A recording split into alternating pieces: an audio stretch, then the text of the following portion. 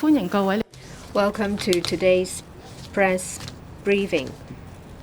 I now ask Mrs. Ingrid Yeung, Secretary for Civil Service, to speak. Good afternoon, everyone. I know that you all have been following the Civil Service Pay Adjustment exercise. The Chief Executive in Council in this morning's meeting discussed the 2022 to 23 Civil Service Pay Adjustment exercise. I immediately after the meeting explained to you about the proposal to be made from the government to the staff side. Well, we attach a lot of importance to the civil service. The current government highly values cooperation with the civil service and expects them to continue to discharge their duties professionally and efficiently to meet public expectations. The government fully understands the concern of civil service colleagues about the timetable of the civil service pay adjustment exercise. Well, indeed, the pay adjustment exercise will have a bearing on non-civil service contract staff, as well as the subventions received by subvented organizations, as well as about 200,000 staff members and their pay. So we're talking about an implication that would affect about hundreds of thousands of people. So the government has decided that they would lose no time to deal with this work. And in order to expedite the exercise, the government has decided to compress the work timetable significantly and handle this matter at the first meeting of the Executive Council today to deal with this and to seek the consent of the Chief Executive in Council and to make a proposal to the 4 Civil Service Central Consultative Councils.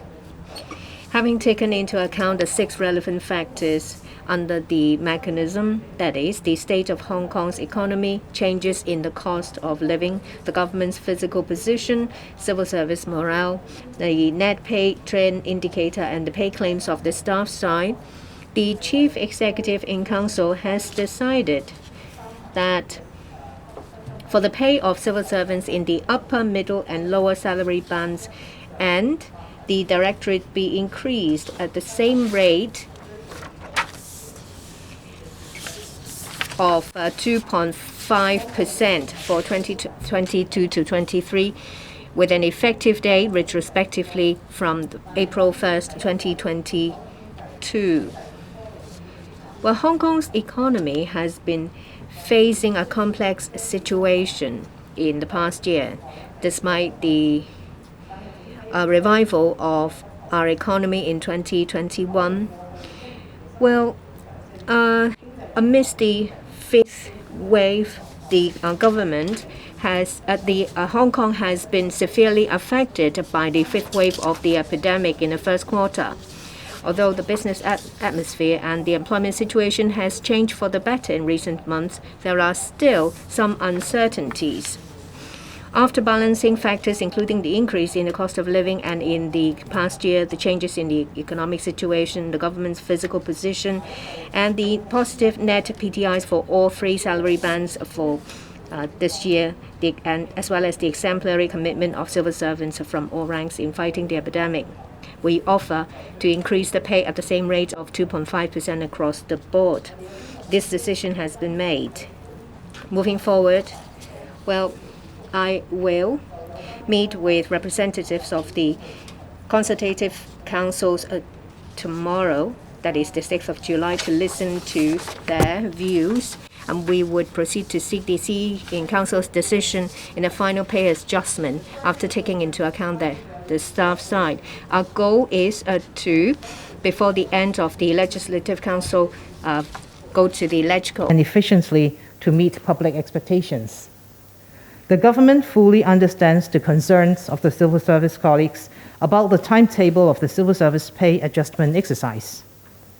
In addition, civil service pay adjustment will have a bearing on non-civil service contract staff, as well as the subventions received by subvented organizations and the pay of the staff of these organizations. In order to expedite the exercise, the government has decided to significantly compress the work timetable and handle this issue at the first meeting of the current term Executive Council. Having taken into consideration the 6 relevant factors under the established mechanism, namely the state of Hong Kong's economy, changes in the cost of living, the government's fiscal position, civil service morale, the net pay trend indicators, and the pay claims of the staff side, the Chief Executive in Council has decided earlier today that an offer be made to the staff side of the 4 civil service central consultative councils, under which the pay for civil servants in the upper, middle, and lower salary bands and directorate be increased at the same rate of 2.5% for 2022 to 23, effective retrospectively from April 1st. Hong Kong's economy has been in a complex situation in the past year. Despite the strong rebound in 2021, the economy was severely hit in the first quarter of 2022 amidst the 5th wave of the epidemic. Although the business atmosphere and the employment situation has changed for the better in recent months, there remain uncertainties in the overall economic situation. The offer to increase the pay at the same rate of 2.5% across the board is a decision taken after balancing factors, including the increase in the cost of living in the past year, the changes in the economic situation, the government's fiscal position, the positive net PTIs for all 3 salary bands for 2022, and the exemplary commitment of civil servants from all ranks in fighting the epidemic. Moving forward, I will meet with the representatives of the 4 central consultative councils tomorrow to listen to their views on the pay offer. We will then proceed to seek the CE in Council's decision on the final pay adjustment magnitude after taking into account the response from the staff side. Thank you. 而家係提問時間。 Now the floor is open for questions. Before you answer your questions, please identify your media outlet and limit your number of questions to under 3. The lady at the back. I'm from TVB. First of all, I'd like to get more information. Previously, the results of the pay trend survey indicators are different for the upper, middle, and lower salary bands. Why was a decision made not to follow the indicators? And for the 3 salary bands, we're talking about different kinds of duties. Are you concerned that it might dampen morale of the civil service? The net pay trend indicator is one of the factors of the 6 to be considered. We do not rigidly follow that. In previous years, there has been a decision made not to follow the net pay trend indicator for various reasons. This is a special year. As I've explained in my opening remarks, that yes, in 2021, the economy revived. However, in the first quarter of 2022, Hong Kong's economy was severely affected by the epidemic. We have figures of underemployment and unemployment that are not good. So we have to very carefully deal with the situation.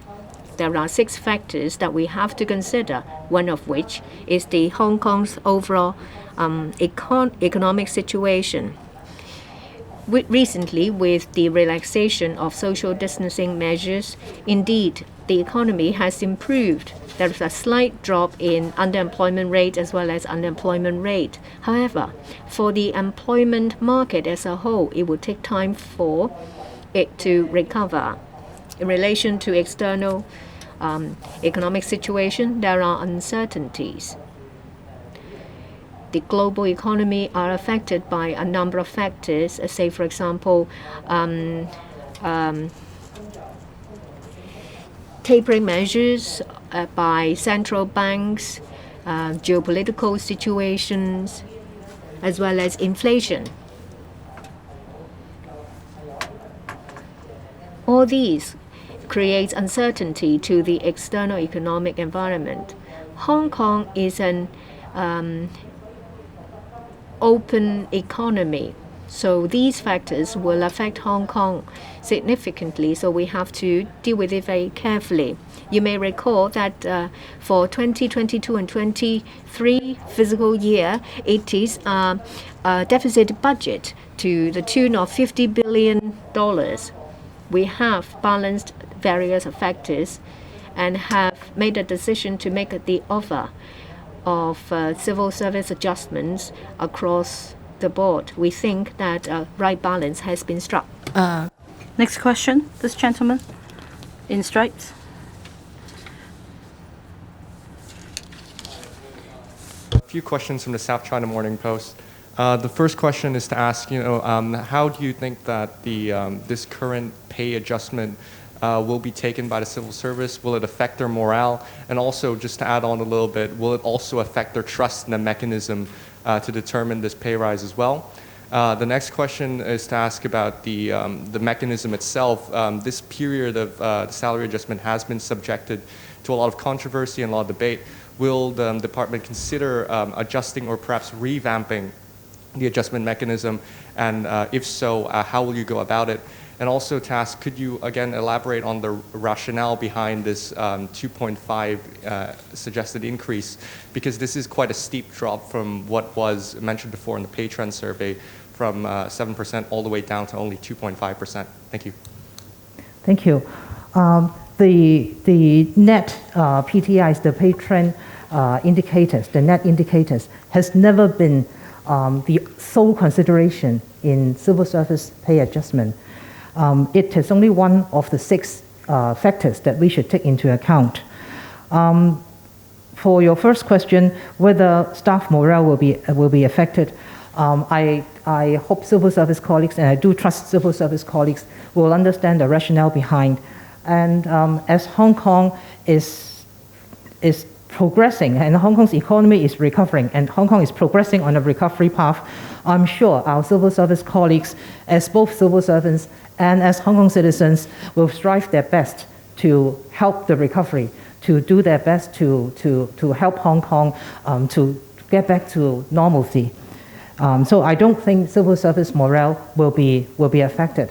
And in fact, civil service morale and civil servants' contributions in the 5th wave, in anti-epidemic work, as well as in other areas, have been greatly appreciated by the Cs in Council when making this decision. As for the mechanism, I think we have to differentiate between what is the mechanism and the pay trend survey methodology. As I said, the net indicators, which are the outcome of the pay trend survey, is only one of the factors to be considered in the civil service pay adjustment exercise. The entire mechanism requires us to consider 6 factors in total, balancing 6 factors, taking into account the current situation. So the methodology itself will be reviewed by the committee doing the pay trend survey every year before they start a fresh round of survey. So I'm sure the committee this year will look at the methodology again and see if there can be adjustments. But for the mechanism, or the adjustment mechanism itself, we believe the 6 factors have provided us a very good basis for consideration, and all the necessary factors that should be taken into account are present here in this basket of factors. So I think the mechanism itself has been serving us very well, and I do not believe that there should be any major changes to the mechanism. 好，嗰位男士喺第3行。This gentleman in the 3rd row. Secretary, good afternoon. I'm from Mingpao. I have 3 questions. First, you mentioned that the situation is quite unique in Hong Kong this year, and that the PTIs are only one of the 6 factors under the mechanism. Do you think that this will have an impact on the credibility of the pay adjustment mechanism for the civil service? And if the economic situation continues in such a state, will PTIs be given a less weight in consideration? And also for the 2.5% pay hike, is that the bottom line when you make the offer to the Central Consultative Councils, and that it should not go above 3%, or in the coming year when the situation improves, the hike would go above 3%? Apart from pay trend survey, there is also the pay level survey. In the end of the day, is it possible that this well-established mechanism will be reviewed so as to catch up with the shortfall this time? Thank you for your questions. First, in relation to the pay trend survey, it comes with an established methodology. The committee is represented by the government, the staff side, and also independent members who give advice to the government on pay adjustment matters. These are independent members. And before carrying out the survey every year, the committee will review the methodology, and it is possible to make adjustments during the review. So in the second half of this year, when the committee starts its work, this may take place. But it doesn't mean that the pay adjustment mechanism itself is problematic. The outcome of the pay trend survey is one of the factors for consideration under the pay adjustment mechanism. It is not an indicator that we must follow, and it is not necessarily the offer in the end of the day. So the mechanism itself is credible, and the mechanism has been established for decades. And in past years, there have been instances in which, because of the special economic situation and other factors, the final outcome had quite a departure from the proposed PTIs. And depending on the economic situations, the outcome might be very close to the PTIs. So that depends on other factors. I must say that this mechanism is time-tested and well-established. So I don't find the credibility of this mechanism problematic. As for our bottom line, the final decision has to be made by the CE in Council. And as I said in my opening remarks, after meeting the staff side tomorrow, and after listening to their views on the pay offer, we will then proceed to seek CE in Council's decision. So it's not for me to make conjecture on the final outcome here. Next question. Yes, let me take this question as well.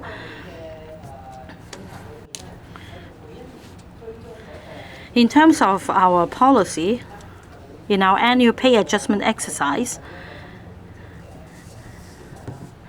in this mechanism, we have not only the pay trend survey, but also the pay level survey, which is conducted once every 6 years.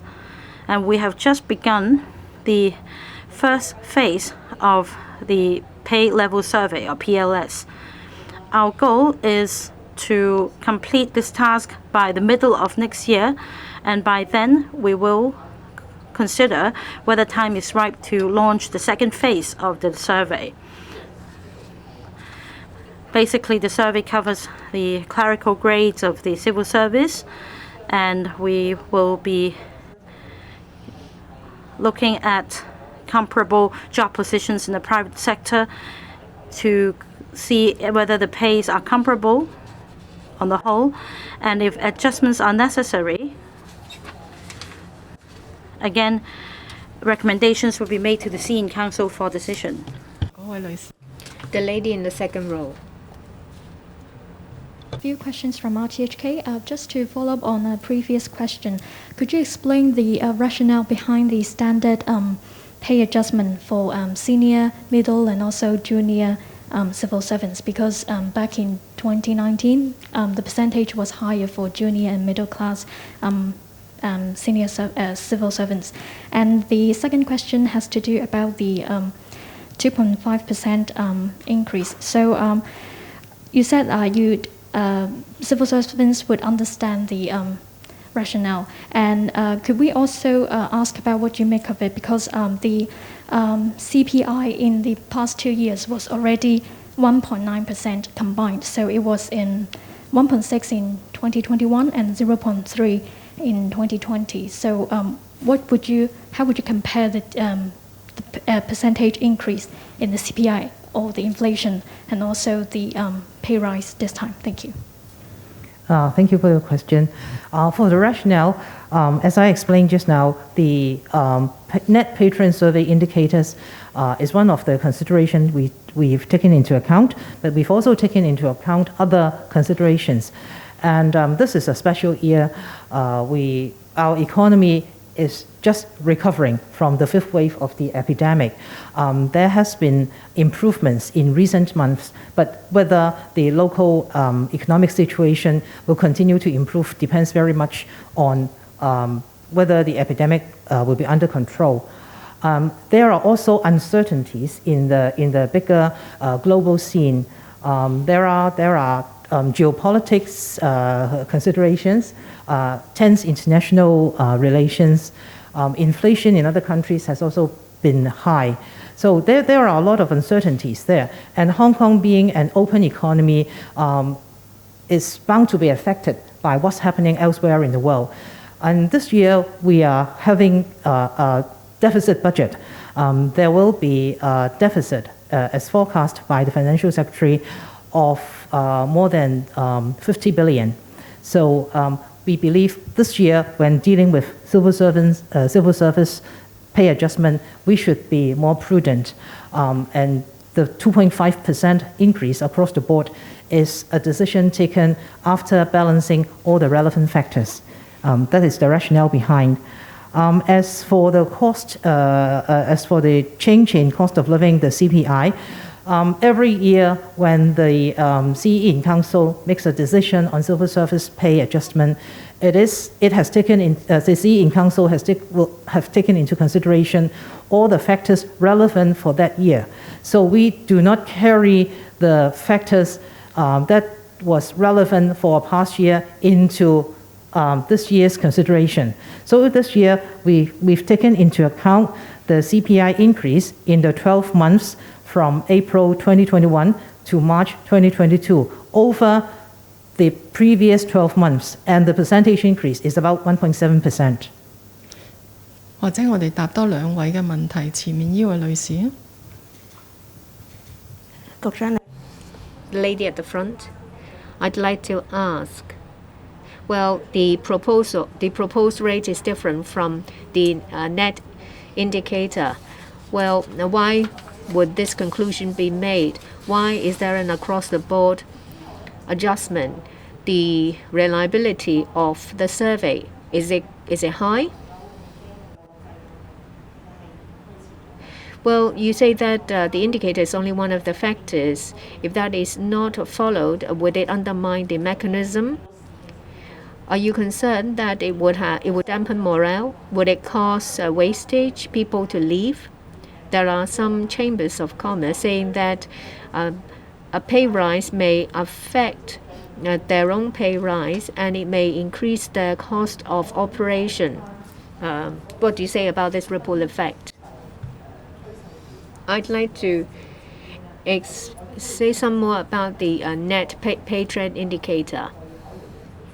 As I said, that this is one of the 6 factors to be considered. This has never been the sole factor to be considered, or a factor that has to be followed.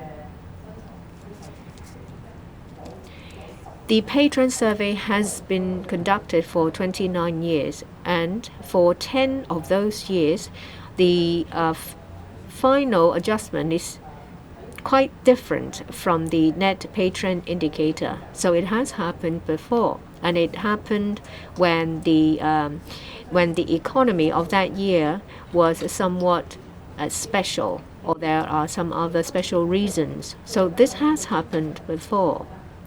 Given this year's special economic situation in Hong Kong, which is something that we've all seen, I do think that civil servants would understand.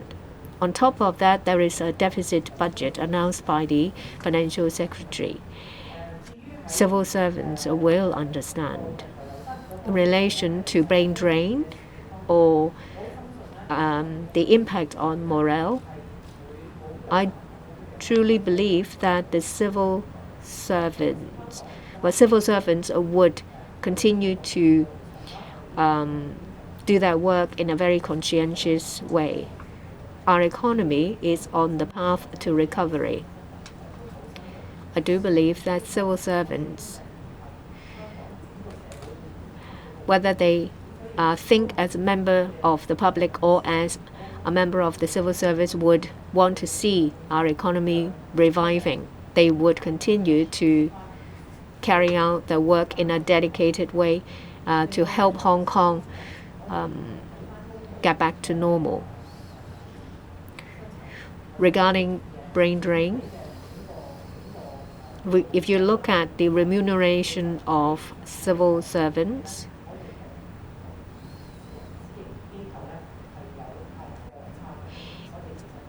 in the long run, we are not that different from people working in the private sector. We are competitive.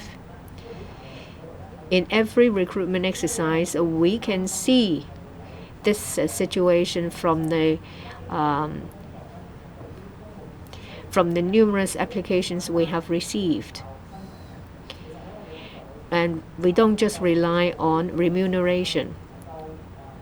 We appeal to the sense of satisfaction and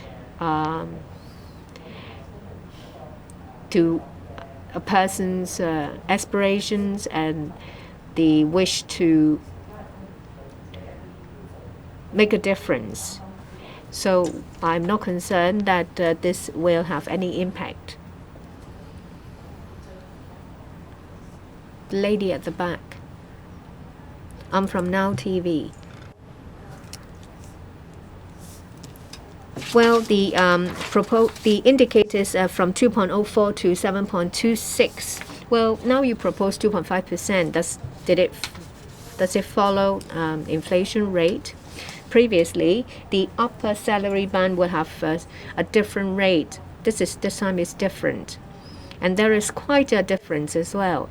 Are you concerned that this will have an impact on the confidence in the private sector? Let me explain again that the pay trend survey is a tracking survey. It does not make any forecast, and it is not a snapshot. It tracked changes in salary in the private sector over the past year. So the private sector is very clear that the survey is about something that has already happened. I believe that the private sector will consider their unique situation when they consider the pay adjustment in the coming year. The calculation of 2.5%. Well, when it comes to pay adjustment, we have to consider the 6 factors and strike a balance. There is no rigid formula for us to generate a figure.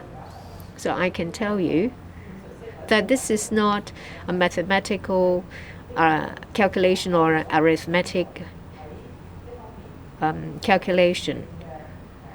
There are different factors at play. We have a positive pay trend indicator. We have a slight inflation increase. And we consider morale of the civil service and the pay claims of the staff side. On the other side, there are factors such as the deficit budget as well as the uncertain external environment. We balance the two opposing factors before arriving at a decision. This is not just a mechanical calculation. Thank you very much. This is the end of the press conference.